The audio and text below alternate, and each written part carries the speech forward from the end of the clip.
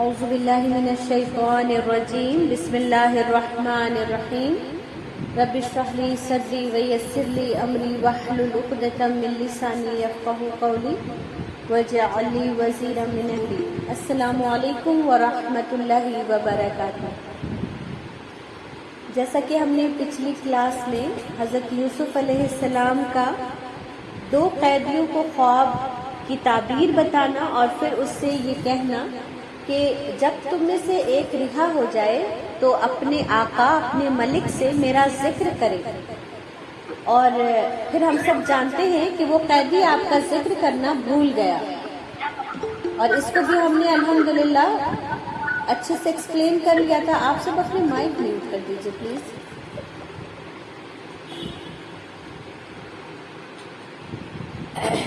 پھر یہ ہوا کہ وہ قیدی جو رہا ہو کر بادشاہ کے دربار میں پہنچ گیا تھا اور وہ بادشاہ کا ساقی بن گیا تھا، یعنی بادشاہ کو شراب پلانے والا یا کچھ بھی پلانے والا، وہ اس کی وہ جاب تھی۔ پھر اس بادشاہ نے ایک دن ایک خواب دیکھا، یہ شہنشاہ مصر تھا۔ اور یہاں پر ایک اور بات جو مجھے دوسرے اسکالر سے پتہ چلی ہے کہ جیسا کہ ہم سب جانتے ہیں کہ مصر کے بادشاہ کو ہر زمانے میں فرعون کہا جاتا ہے، تو انہوں نے یہ بتایا کہ مصر میں 2 قبیلے آباد تھے جو مصریوں کے تھے، ایک قبطی قبیلہ تھا اور ایک دوسرا قبیلہ تھا۔ جو یہ قبطی قبیلہ تھا، اس کے لوگ جب بادشاہ بنے تو وہ فرعون کہلائے، یعنی فرعون کہلائے۔ لیکن ایک قبیلہ ایسا تھا جو چرواہا تھا، اور ان کے مزاج میں نرمی تھی، اور انہی میں سے وہ بادشاہ تھا جو حضرت یوسف علیہ السلام کے دور میں بادشاہ تھا، ہے نا۔ آپ یوں سمجھ لیں کہ 2 طرح کے لوگ وہاں آباد تھے، جن کی تعداد زیادہ یا جو طاقتور ہو گئے تو ایک زمانے میں کسی وقت یہ بنے بادشاہ اور کسی وقت وہ بنائے گئے بادشاہ۔ تو اس لیے ہم دیکھتے ہیں کہ ابراہیم علیہ السلام کے وقت میں جو بادشاہ مصر تھا وہ بھی فرعون تھا، لیکن جب ہم یوسف علیہ السلام کا قصہ پڑھتے ہیں تو یہاں نہیں دیکھتے کہ اس بادشاہ کو فرعون کہا گیا ہے نا۔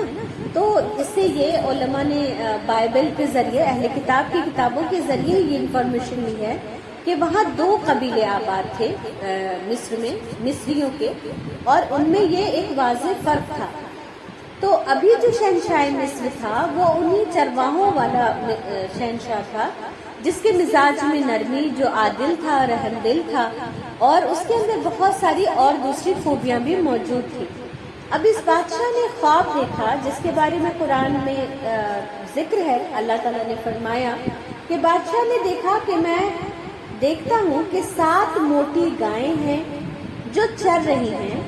جن کو 7 دبلی گائیوں نے کھا لیا ہے یا کھا رہی ہیں، اور 7 خوشے یعنی بالیاں ہیں، اور 7 ہی خشک بھی ہیں، اور وہ جو 7 خشک بالیاں ہیں ان کو 7 دوسری بالیوں نے کھا لیا ہے۔ اب یہ ایسا خواب تھا جس کا بظاہر کوئی تعبیر سمجھ نہیں آ رہی تھی۔ بادشاہ نے اپنے منسٹرز کو بلایا اور اس کے سامنے اس خواب کا ذکر کیا اور کہا کہ میں نے یہ خواب دیکھا ہے۔ بادشاہ کافی ڈر گیا تھا کیونکہ یہ عجیب و غریب خواب تھا کہ 7 دبلی گائیں موٹی گائیوں کو کھا رہی ہیں، اور یہ خود میں کافی ہیبت ناک وہ دکھ رہا تھا، قصہ دکھ رہا تھا، اور 7 سبز و شاداب بالیاں،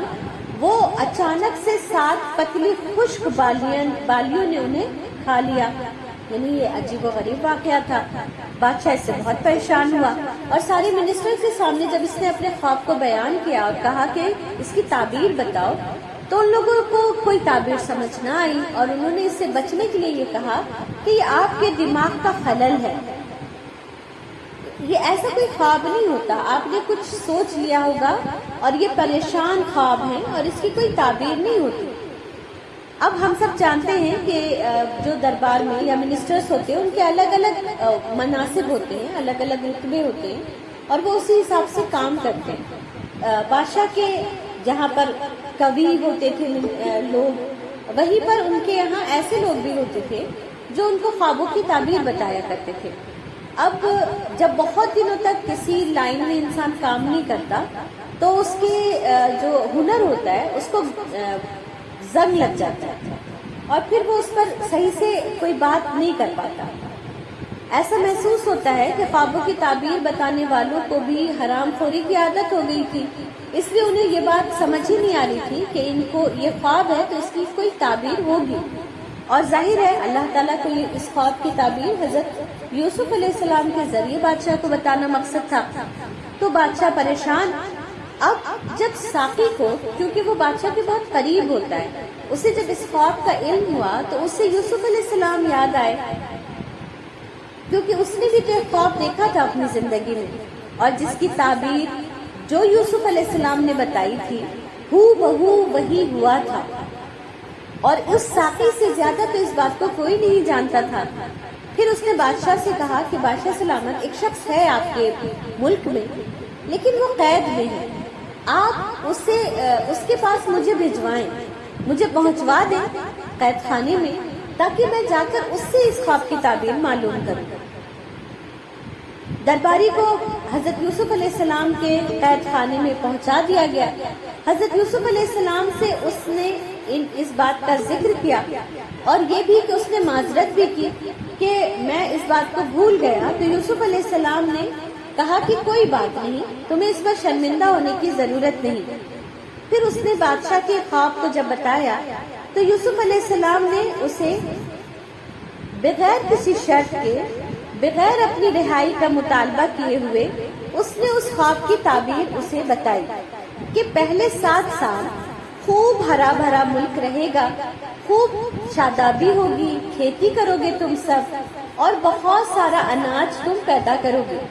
پھر 7 سال اس ملک میں قحط پڑے گا، اور ایسا قحط ہوگا جو اس سے پہلے کبھی نہیں ہوا ہوگا۔ اس میں لوگوں پر نہ بارش کی ایک بوند پڑے گی، نہ یہاں کوئی فصل اگے گی، اور ایسے میں تم یہ کرنا کہ جب تمہارے اوپر شادابی کے سال ہو تو تم آدھے اپنے غلے کو اسٹور کر لینا، اسے بالیوں میں ہی رہنے دینا، اور آدھے سے اپنی ضرورت پوری کرنا۔ پھر جب قحط سالی کا دور آئے گا تو تم اس کو اس کی بیجوں سے، اس کی بالیوں سے نکال لینا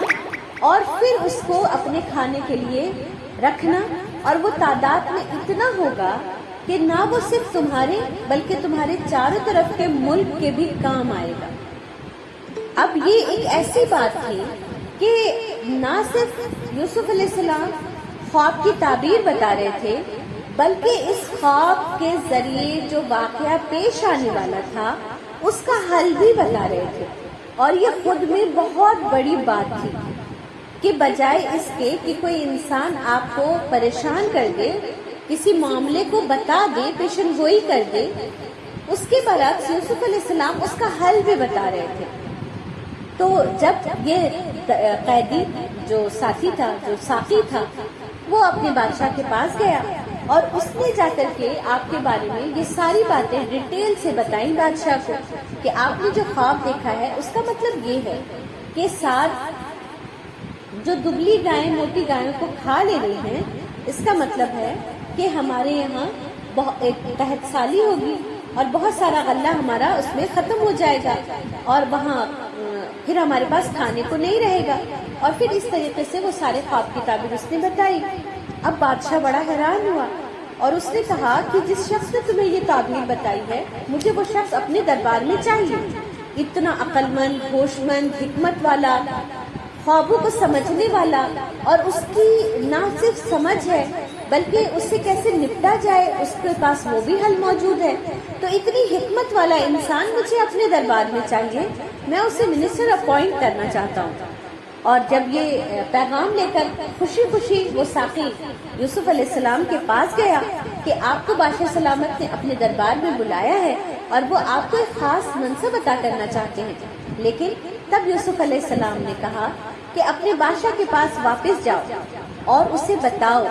کہ مجھ پر ایک الزام ہے جس کی وجہ سے میں قید ہوں، تو ان عورتوں کو بلا کر پوچھے کہ کیا واقعی یوسف نے تمہارے ساتھ غلط حرکت کرنے کی کوشش کی تھی؟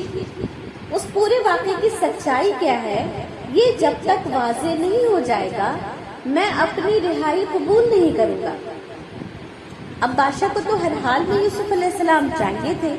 اور وہ جو عزیز مصر تھا وہ بادشاہ کا ہی درباری تھا، مطلب بادشاہ کا ہی منسٹر تھا۔ بادشاہ نے اس منسٹر کو بلایا اور اس کے ذریعے اس کے پورے جو عورتیں اس میں انوالو تھی ان ساری عورتوں کو بلایا، اور اس عزیز مصر کی بیوی بھی آئی جس کا نام زلیخا ہم اہل کتاب کی کتابوں میں پڑھتے ہیں۔ زلیخا سے جب اس بات کا ذکر کیا گیا کہ تمہاری اوپر بد کرداری کرنے کی نیت کی وجہ سے ایک شخص جیل میں ہے، تو اس کا کیا معاملہ ہے، بادشاہ اس کے بارے میں ڈیٹیل تم سے جاننا چاہتے ہیں۔ اس نے کہا حاشا للہ ما علمنا علیہ من سوء، ہم نے یوسف میں اللہ کی قسم ہم نے اس میں کوئی برائی نہیں دیکھی۔ اب یوسف علیہ السلام کے کردار کی گواہی خود زلیخا نے، جس نے اس بات کا الزام لگایا تھا، اسی نے خود گواہی دی اس بات کی کہ مجھے اس نے نہیں بہکایا تھا، بلکہ میں ہی شیطان کے چنگل میں آ گئی تھی اور میں نے ہی اس کو برائی کی طرف آمادہ کرنے کی کوشش کی تھی، اور صرف آمادہ نہیں کیا بلکہ پھر میں نے اس پر جھوٹا اور بہتان بھی لگایا۔ تو پھر اللہ تعالیٰ نے اس کے آگے فرمایا کہ ذَلِكَ لِيَعْلَمَ أَنِّي لَمْ أَخُنْ بِالْغَيْبِ وَأَنَّ اللَّهَ لَا يَهْدِي كَيْدَ الْخَائِنِينَ، جس کا مطلب یہ ہے کہ میں اعتراف کرتا ہوں یا کرتی ہوں کہ میں نے اپنے جو مالک ہے میرا اس کے ساتھ میں نے کوئی خیانت نہیں کی، ہاں میں نے اسے صرف بہکانے کی کوشش کی تھی اور میں نے کسی بد کرداری کے عمل کو انجام نہیں دیا۔ کچھ علماء نے یہ جو سینٹنس ہے اس کو یہ کہا کہ یہ زلیخا کا سینٹنس ہے، لیکن کچھ لوگوں نے، کچھ مفسرین نے یہ کہا ہے کہ یہ حضرت یوسف علیہ السلام کا سینٹنس ہے۔ دونوں صورت میں یہ بات بالکل فٹ آ جاتی ہے، کیونکہ زلیخا نے یوسف علیہ السلام کو برائی پر آمادہ کرنے کی کوشش کی، لیکن اس سے کوئی عمل سرزد نہیں ہوا تھا۔ اسی طریقے سے زلیخا حضرت یوسف علیہ السلام سے تو کوئی عمل سرزد نہ ہوا تھا، نہ انہوں نے کوشش کی تھی۔ بہرحال اس کے بعد یوسف علیہ السلام کا یہ قول، جس کو اللہ رب العالمین نے قرآن میں درج فرمایا ہے کہ وَمَا أُبَرِّئُ نَفْسِي، اور میں اپنے نفس کی پاکیزگی بیان نہیں کرتا، ان النفس، بے شک نفس، لَأَمَّارَةٌ بِالسُّوءِ، وہ تو برائی پر ابھارتا ہی ہے، إِلَّا مَا رَحِمَ رَبِّي، مگر یہ کہ میرے پروردگار ہی کا اپنا رحم، میرا پروردگار ہی اپنا رحم کر دے۔ ان ربی، بے شک میرا رب، غفور الرحیم، یقیناً بہت زیادہ بخشنے والا اور بہت مہربان ہے۔ یہ جو سینٹنس ہے نا کہ اور میں اپنی نفس کی پاکیزگی بیان نہیں کرتا، یہ ہم سب کے لیے مشعل راہ ہے، یہ ہم سب کے لیے زندگی میں بہت ساری پریشانیوں، پرابلم کا حل ہے کہ انسان کو اپنے نفس پر حد سے زیادہ بھروسہ اور یقین نہیں ہونا چاہیے، بلکہ اسے اس بات پر یقین کامل ہونا چاہیے کہ میں اگر کچھ بھی اچھا عمل کر پا رہی ہوں یا کر رہی ہوں تو اس میں سراسر یہ میرے رب کی رحمت ہے۔ اور یوسف علیہ السلام نے بھی یہی فرمایا ہے۔ ہم قرآن میں دیکھتے ہیں کہ یہ نبیوں کا شیوا رہا کہ انہوں نے کہا ان النفس لامارۃ، کہ نفس تو برائی پر ابھارتا ہی ہے۔ اس سے انسان کے اندر ایک تو اللہ کی بڑائی کا شعور پیدا ہوتا ہے، اور دوسرے اسے اپنی کمزوریوں کا بھی علم ہوتا ہے۔ ہمیں جب تک اپنی کمزوریاں نہیں پتہ ہوں گی ہم اس پر کبھی بھی کام نہیں کر سکتے، اس کو کنٹرول کرنے کی کوشش نہیں کر سکتے، اس کے ذریعے ہم سے جو غلطیاں ہو جاتی ہیں ہم ان غلطیوں کو بھی نہیں سمجھ سکتے۔ یوسف علیہ السلام کا یہ قول، یہ سینٹنس بہت زیادہ ہمارے لیے، ہماری زندگی میں نصیحت رکھتا ہے ہمارے لیے، اس میں بہت سارے عمل کے پہلو ہیں، اور اللہ تعالیٰ نے یوں ہی اس سورہ کو احسن القصص نہیں فرما دیا ہے، بلکہ اس میں ہر ایک بات میں اتنی باریکی، اتنی خوبصورتی اور زندگی کو خوبصورت بنانے کے طریقے موجود ہیں، ہے نا۔ احسن القصص کون ہوتا ہے؟ جس کا مورل آف دا اسٹوری بہت ہی اچھا ہو، اور یہ تو رب العالمین نے اسے احسن القصص کہا ہے، تو وہ احسن القصص اگر ہماری زندگی کو احسن نہ بنا سکے، ایسا تو ہو ہی نہیں سکتا، ہے نا۔ تو انشاءاللہ تعالی ہم یوسف علیہ السلام کے واقعات سے اپنی زندگی کے جو نازک ترین معاملات ہوتے ہیں،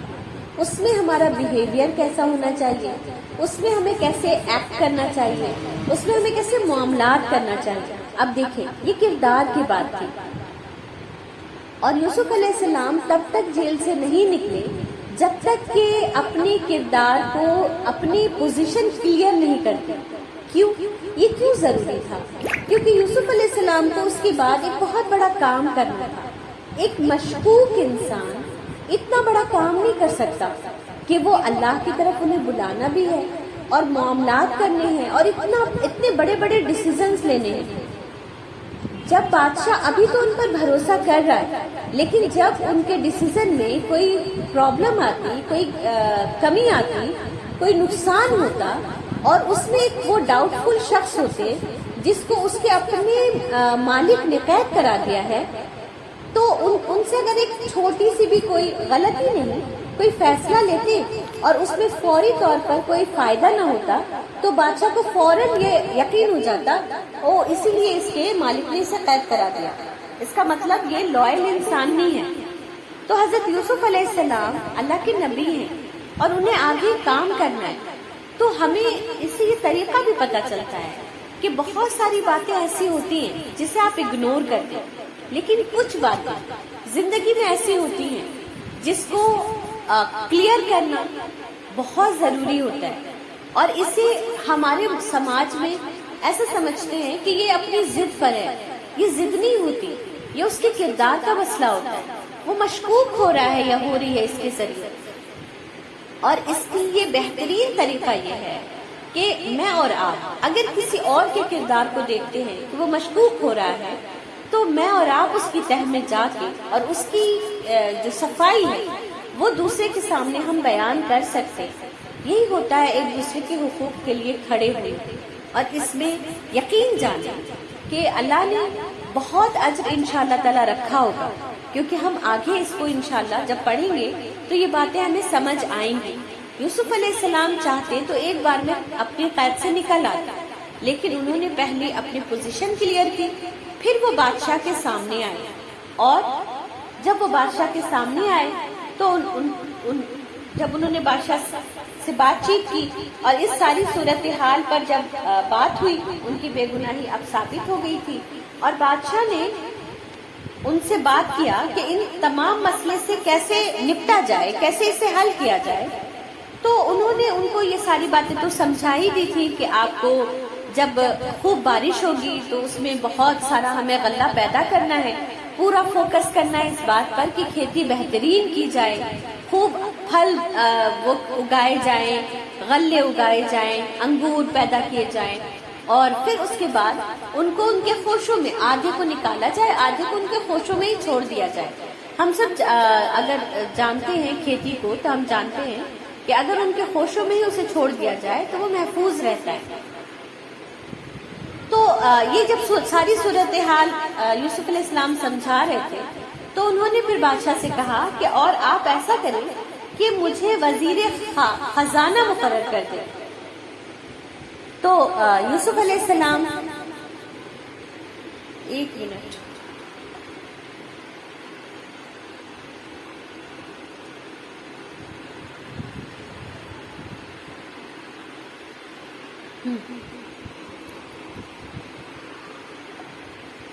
کہا کہ مجھے وزیر خزانہ مقرر کر دیں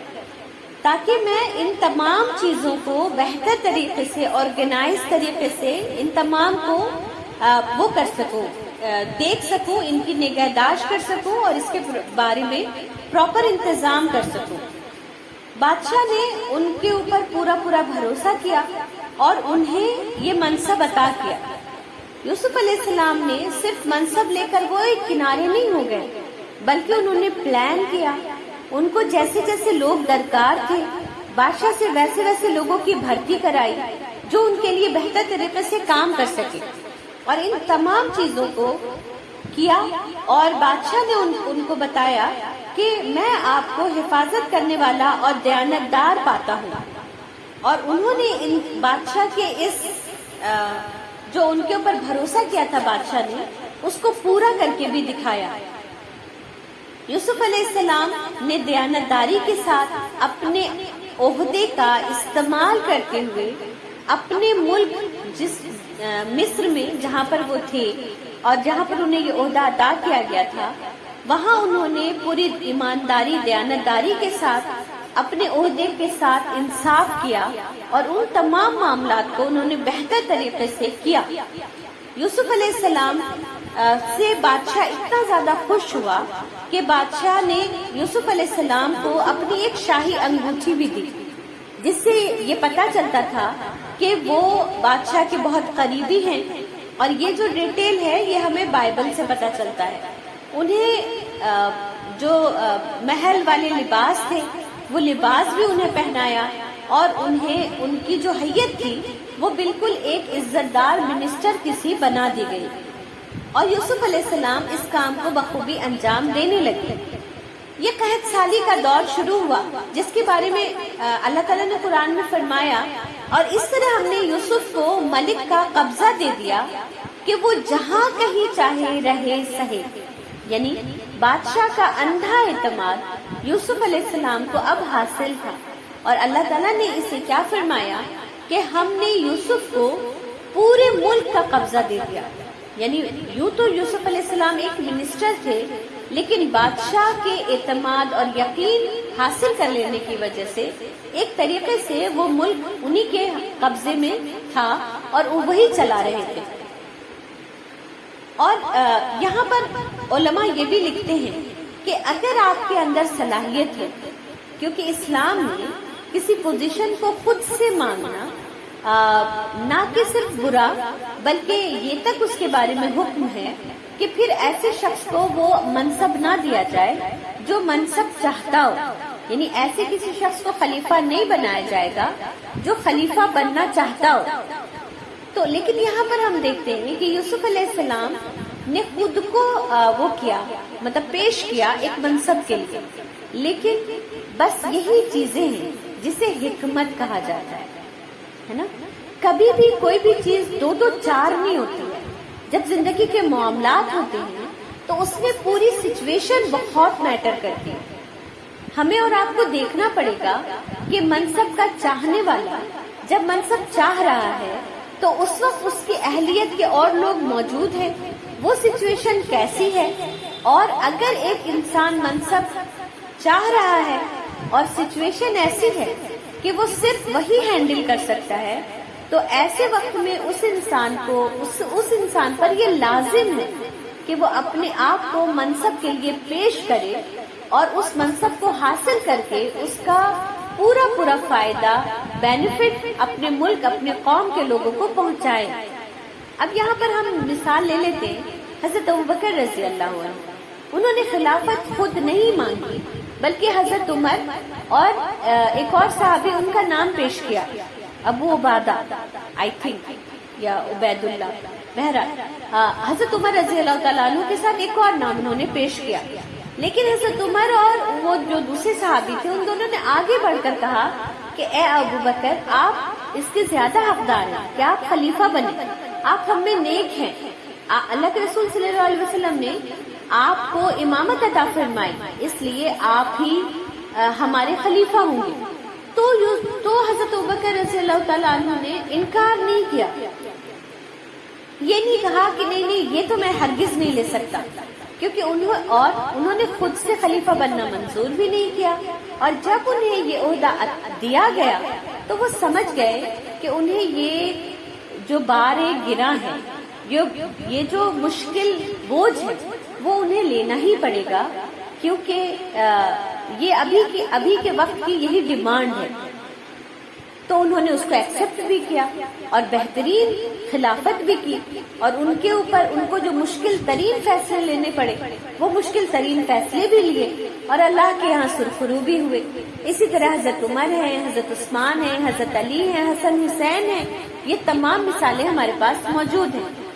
اس کے برعکس ہم دیکھتے ہیں یوسف علیہ السلام نے خود سے کہا، کیونکہ انہیں پتا تھا کہ اس کو کیسے حل کرنا ہے. اس کی حکمت رب العالمین نے مجھے سکھائی ہے، تو مجھے ہی اس کو لینا بھی پڑے گا اور مجھے ہی اس کو اس جو وہ ہے مشکل وقت ہے امت پر، اس سے مجھے اس کو نکالنا بھی پڑے گا. تو ہم سب بھی اپنی زندگی میں دیکھتے ہیں کہ کبھی آپ کو عہدہ عطا کیا جاتا ہے، تو جب وہ عہدہ دے دیا جائے تو اسے لے اور پوری اپنی ایمانداری، اپنی صلاحیت کو کام میں لاتے ہوئے پوری ایمانداری کے ساتھ پوری جان لگا کے اس عہدے کی جو ریکوائرمنٹ ہے اس کو پورا کریں اور اپنی طرف سے ذرا سے بھی کمی نہ چھوڑیں. اس کے برعکس کبھی ایسی سچویشن میں ہم ہوتے ہیں کہ آپ کو بہتر پتا ہوتا ہے کہ میرے سوا اس کام کو کوئی نہیں کر سکتا، تو پھر آگے بڑھ کر اس بات کا انتظار نہ کریں کہ کوئی اور آپ سے کہے گا کہ تم اس کام کو کر لو. کیونکہ جو انسان اس سچویشن سے کو ہینڈل نہیں کر سکتا وہ یہ بھی نہیں سمجھ سکتا کہ اس کو کون ہینڈل کر سکتا ہے نا. تو اگر آپ کو سمجھ آ رہا ہے کہ سچویشن کتنی نازک ہے اور اسے میں ہی ہینڈل کر سکتی ہوں، تو آگے بڑھ کر اس منصب کو لے لے، کیونکہ یہ منصب نہیں ہے، یہ بارے گراں ہے، یہ وہ مشکل بوجھ ہے جو آپ کے سوا کوئی اور نہیں اٹھا سکتا، تو آپ کو ہی اٹھانا پڑے گا اور خود کو اس کے لیے پیش کرنا ہوگا. اور جب یہ ساری باتیں، یہ ساری سچویشن اللہ کے کام کے لیے ہو تو فوراً ڈیسائیڈ کر لیا کریں. مجھ سے آپ سے زیادہ اگر باصلاحیت لوگ موجود ہیں تو ہمیں کبھی اس کی خواہش نہیں کرنی چاہیے کہ یہ کام میں کروں، ہے نا، بلکہ ہمیں پورا سپورٹ اس انسان کو دینا چاہیے جو اس کی اہلیت رکھتا ہو اور اسے ہمارے سپورٹ کی ضرورت ہے. لیکن اگر سچویشن ایسی ہے کہ مجھے پتا ہے کہ میں نے اگر آگے بڑھ کر نہیں کیا تو سارا معاملہ خراب ہو جائے گا، جو ایک کامیاب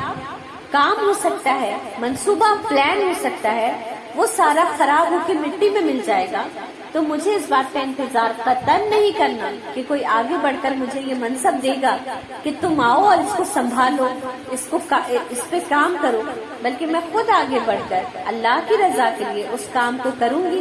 بہتر طریقے سے کروں گی، بغیر کسی کے تعریف کیے ہوئے، کسی کے اپریشیٹ کیے ہوئے. مجھے اس بات کو یاد رکھتے ہوئے یہ کام کرنا ہے کہ میرا رب مجھے دیکھ رہا ہے اور میرے رب کو پتا ہے کہ میرے اندر کتنی صلاحیت ہے، میرے رب کو پتا ہے کہ میں یہ کام کتنے بہتر طریقے سے کر سکتی ہوں. اور یہی انہوں نے یوسف علیہ السلام نے کیا. اب آگے آپ جانتے ہیں اللہ تعالیٰ کیا فرماتا ہے کہ ہم جسے چاہیں اپنی رحمت پہنچا دیتے ہیں اور ہم نیکوکاروں کا ثواب ضائع نہیں کرتے، ہے نا. تو ہمیں یوسف علیہ السلام کی عزت تو دکھتی ہے پر یوسف علیہ السلام کی محنت نہیں دکھتی،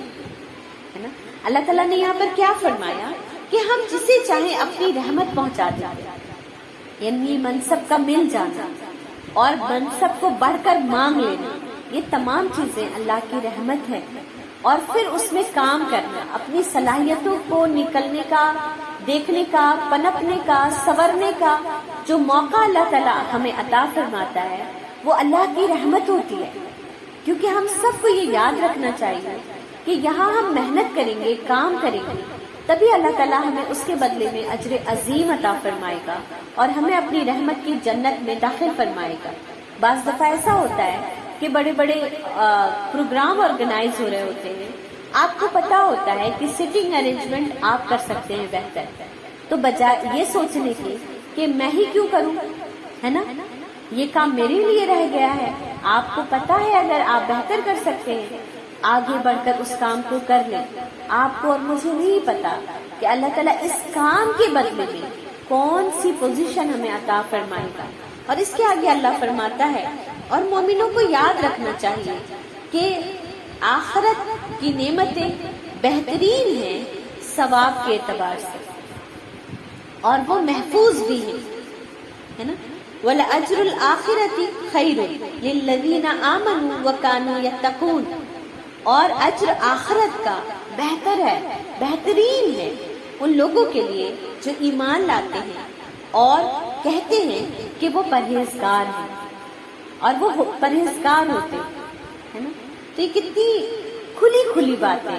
اس میں کچھ بھی سمجھانے کا نہیں ہے. یعنی اللہ نے کبھی بھی دنیا کی نعمتوں کی گارنٹی نہیں لی ہے. جو مل گیا سبحان اللہ،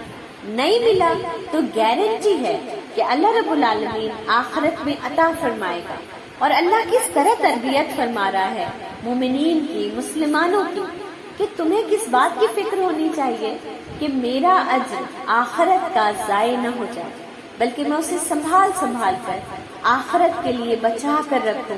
تاکہ یہ میری آخرت سنوار سکے، یہ مجھے میرے رب کی نظر میں بہتر بنا سکے، یہ میرے لیے آخرت کا سامان ہو سکے. پھر یوسف علیہ السلام کو اللہ نے یہ منصب ادھر عطا فرمایا، اور ان کو ایک طریقے سے مصر کی بادشاہت مل گئی تھی بغیر بادشاہ بنے ہوئے، اور وہ یہاں کے انتظام دیکھ رہے ہیں، یہاں کھیتی کروا رہے ہیں، یہاں غلے محفوظ کروا رہے ہیں. اور پھر 6 مہینے بعد قحط سالی کا دور آ جاتا ہے. قحط اتنا زبردست تھا کہ نہ صرف مصر میں بلکہ اس کے اطراف میں بھی قحط سالی پھیل گئی تھی. ملک فلسطین کے لوگ بھی اس کے چپیٹ میں آئے، وہی فلسطین جہاں یوسف علیہ السلام کے بابا یعقوب علیہ السلام اور ان کے 11 بھائی رہتے تھے. ان سب کو بھی قحط سالی کا سامنا تھا، ایک دانہ ملک میں نہیں تھا. اور تب ان کو یہ پتا چلا کہ مصر کا بادشاہ بڑا رحم دل ہے، وہ لوگوں کو اس کی کھانے پینے کے بھر اناج اجرت پر دے رہا ہے، یعنی پیسے سے اناج دے رہا ہے. اب اس وقت لوگوں کے پاس دوسری چیزیں تھیں پر کھانے پینے کا اناج نہیں تھا، تو ان کے لیے یہ بیش قیمت سامان تھا جو بادشاہ مصر سب کو دے رہا تھا. اور یہ سارا انتظام کون کر رہے تھے؟ یوسف علیہ السلام کر رہے تھے. اس بات کی خبر جب یوسف علیہ السلام کے بھائیوں کو ہوئی تو بھائیوں نے باپ سے اجازت لی، کہا کہ مصر کا بادشاہ غلے تقسیم کر رہا ہے، تو کیوں نہ ہم بھی اپنے لیے غلہ لے آئیں تاکہ اس قحط سالی میں ہمارے لیے کچھ کھانے پینے کا سامان ہو سکے. اب یہ 10 بھائی بنیامین کو چھوڑ کر، کیونکہ بنیامین کو حضرت یعقوب علیہ السلام کبھی بھی ان لوگوں کے ساتھ نہیں جانے دینا چاہتے تھے، کیونکہ وہ حضرت یوسف علیہ السلام کے واقعے سے کافی ڈر گئے تھے اور وہ انہیں اپنے ہی ساتھ رکھتے تھے. یہ 10 بھائی نے اپنے کجاوے کسے، اونٹ ساتھ لیا اور مصر کے ملک میں داخل ہوئے. وہاں ان کو پتا چلا کہ کہاں پر سے غلہ انہیں مل سکتا ہے. جب وہ غلہ لینے کے لیے یوسف علیہ السلام کے پاس گئے تو یوسف علیہ السلام نے اپنے بھائیوں کو پہچان لیا، ہے نا، کیونکہ یوسف علیہ السلام چھوٹے تھے، وہ سارے بھائی تو بڑے تھے. اس میں سے کچھ چھوٹے بھی رہے ہوں گے، پر جو بڑے بڑے بھائی تھے، یہودا، شموئیل، یہ سب تو بڑے تھے. تو ان کو یوسف علیہ السلام نے تھوڑی سی ان کی تبدیلی کے باوجود پہچان لیا اور